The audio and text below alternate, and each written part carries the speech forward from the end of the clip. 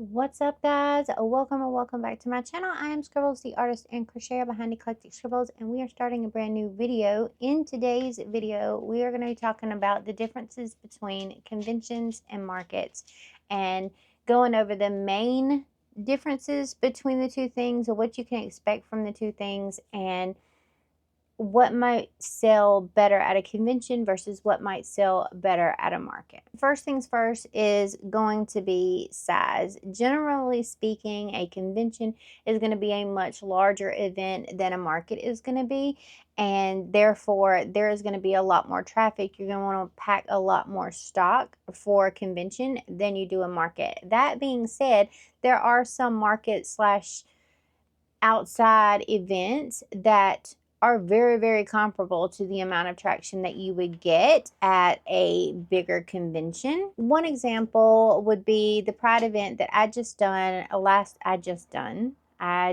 did last weekend, which was a Pride event that happens each year in Winston-Salem. It averages about 30,000 people coming through it. That is a really decent sized market. So there are markets that are big, but generally speaking, local markets and farmer markets are going to be something that has a lot less traffic to it, and you don't need to pack as much stock for those. Another thing is the majority of markets are outdoors versus indoors for conventions. So that is another big difference between the two. Most conventions, I don't know any convention that takes place outside, but you get a mixture of both with markets. So there are some markets that happen indoors, but a lot of your markets happen in the summertime, maybe even in autumn, and they are going to be outdoors. So the amount of equipment that you need in order to operate between the two is going to change. Some things that you may need to set up at a convention if you're doing a larger space is going to be tables, display racks, and things like that, which you will also need if you are doing a market. But in addition to that, at a market, you would also need things like your canopy, your tent weights, and everything like that, so that you are covered and protected from the elements once things get started. Now, I know that you know the main differences between conventions and markets, but I just thought I would throw that little bit of information in there to get started. Now, let's talk about your customer bases and what they're looking for at these events. And this is going to vary for you depending upon the types of things that you sell, but I'm coming to you as an artist and a crocheter, so just take what I say with a grain of salt and sort of make it applicable to what you do and what you sell. People who attend conventions are going for fandoms. Fandoms is a huge thing at conventions, and it's not that generic stuff doesn't sell at conventions, but people go to conventions specifically looking for their favorite fandoms and merch that features their favorite characters, their favorite genres, their all of these things. Okay, so fandom related stuff, fan art, character based creations, and things like that are going to move really, really well at conventions. When you're thinking about markets, markets are your everyday person. They're not going looking for anything specific unless the market itself is completely themed, like the Pride event that I just did was a Pride event. So Pride themed items are going to sell well at a Pride theme event, but that can span any number of mediums, so that can apply to art, handmade creations, or anything at all. It is a very overarching theme that can apply to anything that you happen to create. People who go to markets are not necessarily looking for fandom related items, so you can have a more generic theme going into your creations than you would at a convention. So as an example, I do art prints. My art prints span a number of different themes, and I find specifically that my art prints and my stickers, let's do art and stickers together, the fandom based stickers do really, really well at conventions, and while they do sell at markets still, the really, really popular ones, most people like the sassy stickers that are more generic and the sassy prints that aren't necessarily a character you would recognize or anything like that. And then my original characters do better at markets because people aren't looking for those fandoms. So that's the way like the prints and stuff balance out. So let's go for keychains and things like that. I have sold a ton of acrylic keychains that are character based at conventions, but the keychains that move at my markets are the more generic ones. So my new sassy keychains that just came out that are wooden, those do better at markets rather than conventions, although I haven't taken them to convention yet. So I'm giving you a general feel. Those have done well at the market, and I'm hoping that they do well at convention. But the acrylic keychains that are character based have done better at conventions for me and don't necessarily move at markets. They have been to both. So having a more generic theme works really, really well for your normies that go to just your everyday market rather than people who are going for specific things at conventions. The same can be said for sewing projects or crochet creations and things like that. If you're going to create something that's based in these fandoms, like the fabric has a fandom on it, or the character that you crochet is a favorite character or something like that, those are going to do well here, but necessarily won't necessarily translate over to markets. I find that the generic things, as far as those concerned, do better at markets. So the axolotls and opossums and chickens, they do well at both because they're like popular little characters for me specifically.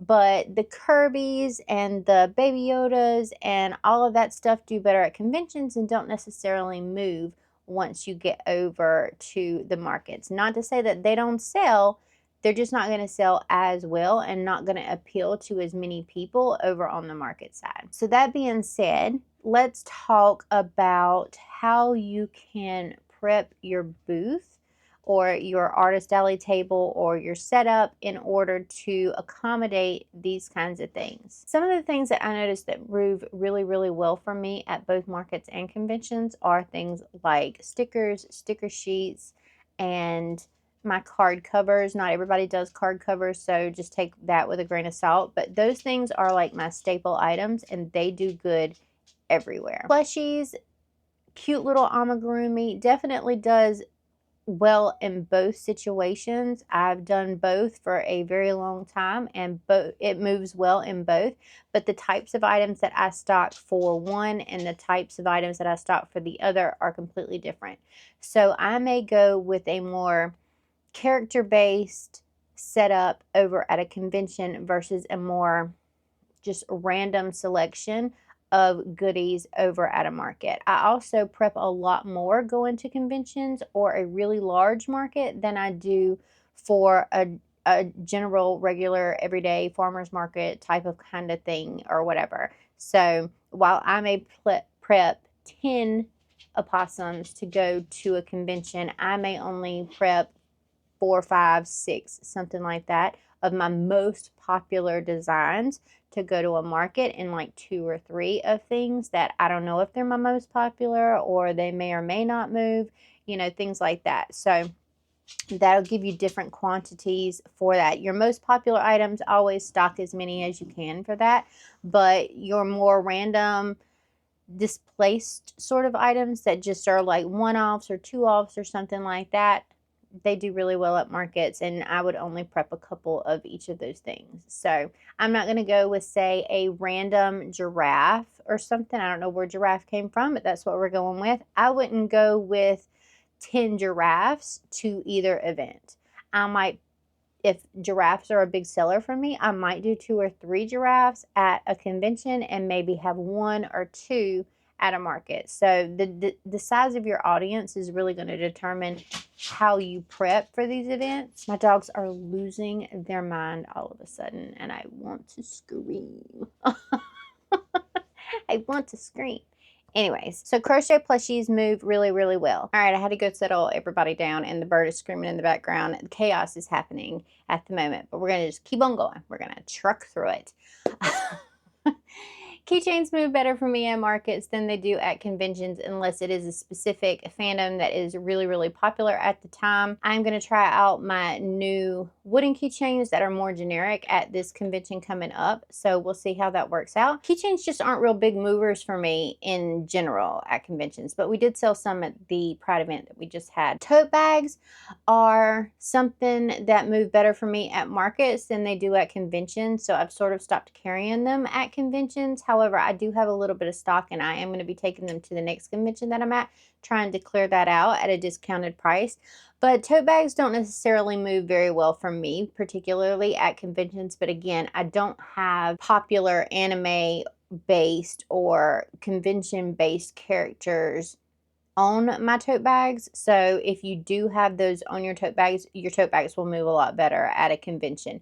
Mine are more generic and therefore they move better at a market. We sold several this weekend at the market. And I do have a couple of cute fun characters that used to do well at conventions, but I think that people sort of just, they have them now. So until I get some new designs that are really cute and quirky, you know, totes are going to be on the back burner as far as conventions. Really important point to think about when you're thinking about what kinds of things you want to take to conventions is what kind of space is it going to take up on your table? Is it going to take up a ton of space, and is it going to be worth the amount of real estate on your table that it uses? Because a lot of people go into conventions as artist alley creators, and therefore you're limited to a 6 or 8 foot table space.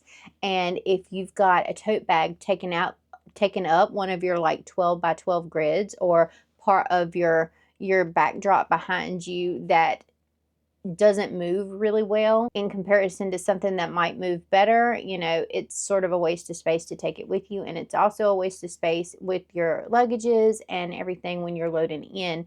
So when people do markets, they're generally closer to home and not traveling as much, so they don't have to worry about suitcase weight limits. They don't have to worry about limitations on how many bags they can take with them. So people with markets usually can just load up their vehicles to the brim and take as much or as little as they want to, whereas you really have limited space when it comes to artist alleys and conventions and stuff like that. So you have to make sure that everything that you're taking to it is worth taking there. Another thing that I sell are tumblers. Tumblers do better for me at convention than they do at markets, but they still move pretty well at markets, generally speaking. The only thing that I will say is that tumblers are getting more and more saturated in the artist alley, vendor hall kind of arena, and people are using a lot of art that they didn't create themselves out in the vendor halls, and so it is really hard to make it worth it to take that kind of thing to a convention. I have my Bitch Be Gones, which are just a fun, quirky, eye-catching, sort of gimmicky thing that I have at my table, and therefore those are the only ones that I take now. Whereas I used to take a full selection of cups that featured all of my art across all of the different prints and stuff that I do. They had cryptids on them. They had my mushroom characters on them. They had funny sayings on them. They had everything. I used to take the glass tumblers and the steel tumblers, and I have pared that down to my one eye-catching Bitch Be Gone tumbler. I'm working on another tumbler that sort of took a seat on the back burner for a hot second, but I do plan on finishing very soon, and then we'll see if that one sells as well. But those really sell at conventions. It gets people to stop at your table and take a look. Even if they don't buy that, it forces them to sort of look at the rest of your stuff. So that's why I have them there. But the tumbler situation is a really oversaturated market in conventions, so just keep that in mind, especially if you're traveling for a convention and you're flying. That's not something that usually you want to take up that kind of real estate for on your table or in your luggages. So it's not a really, really popular in artist alley item to put on your table. Markets, again, you have, generally speaking, a 10 by 10 space if you're doing an outdoor event under your tent, and so therefore you have a lot more room to play with, and you can give a certain amount of space to 2 tumblers and 2 having that kind of thing. Let's talk about prints. I don't take my prints to markets anymore because I don't think that people are thinking about getting art prints when they're at markets. If I have space, sometimes I might set out like a basket with prints in it, but otherwise I focus on other items unless I'm there specifically as an artist and I'm only really trying to sell prints. I think that original art is something that would go over better at a market, and you could use that space for original art. I think that those go over a lot better at markets than they do conventions. In fact, I think that original art pieces go over really well at conventions too, but art prints do sell a lot more at a convention. You can also sell things like shaker charms, glasses cleaning cloths, pens, enamel pens, acrylic pens, and all other kinds of things at convention. I don't sell those personally, generally speaking. Like I have like my glasses cleaning cloths that I plan on taking here soon, but I will probably not be breaking those out until later this summer, maybe like Otakon-ish, and then I can let you know how they do. But generally speaking, if you have like that kind of a variety of things, then an artist alley is going to be a better place for you than market. I don't think that people who are going to markets are looking for enamel pens, really looking for like a shaker charm.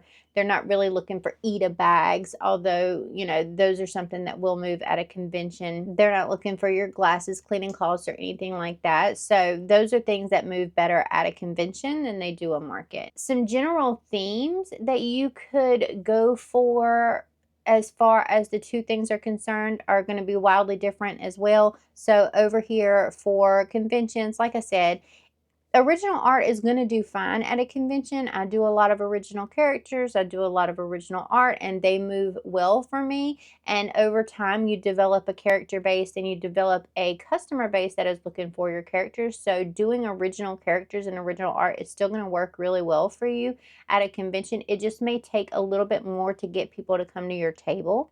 But anything fandom related and in keeping with whatever like voice actors or actors or talent that may be at that specific convention that people are drawn to that convention to see, those kinds of things are really going to go over your best at your artist alley events or your convention events. Markets are your more, like I said, normie, everyday people. So some themes that really go over well are anything sort of bookish related. That goes over really well. So if you do sewing and you do book sleeves, if you do bookmarks, if you do book themed things like apparel or anything like that, blind date with the books, those kinds of things go over really well at a market. Generic themes go over really well at a market. Like you've got cat theme, or you've got a dog theme, or you've got your local theme. Like if I'm from Greensboro, North Carolina, and I do like a Greensboro shirt at a Greensboro market, then that is going to be something that goes over pretty well at a market. Those types of generic things do really, really well because they're more overarching. They encompass a larger number of people, generic population people that that just may like the look of your art and want something of yours. Speaking of apparel, apparel can go either way at both convention and markets. I would say more fandom apparel and things like that, again, is the running thing. More fandom related stuff versus more generic. So that's just a general rundown look at the convention scene versus the market scene and how they are the same, how they're different, the different things that you can sort of sell at one event that may not move as well at another event, the different types of themes that people are looking for when they're attending these events. If you have any further questions about what might do well at a specific event, feel free to drop them in the comments. If you have a particular type of item that I did not mention here and you wonder if it would be better suited for a market or a convention, feel free to drop those down in the comments below. I answer every single one of my comments. So if you have any further questions or would like to see more videos that sort of relate to this, let me know down in the comments. Any other future videos that you would like to see, feel free to drop those. If you made it to the end of the video, let's put a green heart down in the comments as well. Don't forget your green heart. That way I know you made it to the end of the video. I will see you in the next video. We have got more sort of tips and tricks and things like this sort of coming for you very, very soon, in addition to market and convention season kicking into high gear for the summer. So look forward to all of that, and I will see you in the next video. I love your faces so much. Don't forget to like and subscribe if you haven't already, and smash the thumbs up button because it really, really helps the channel. And don't forget your comment. I love your faces. I love you. I love you. I love you. Goodbye.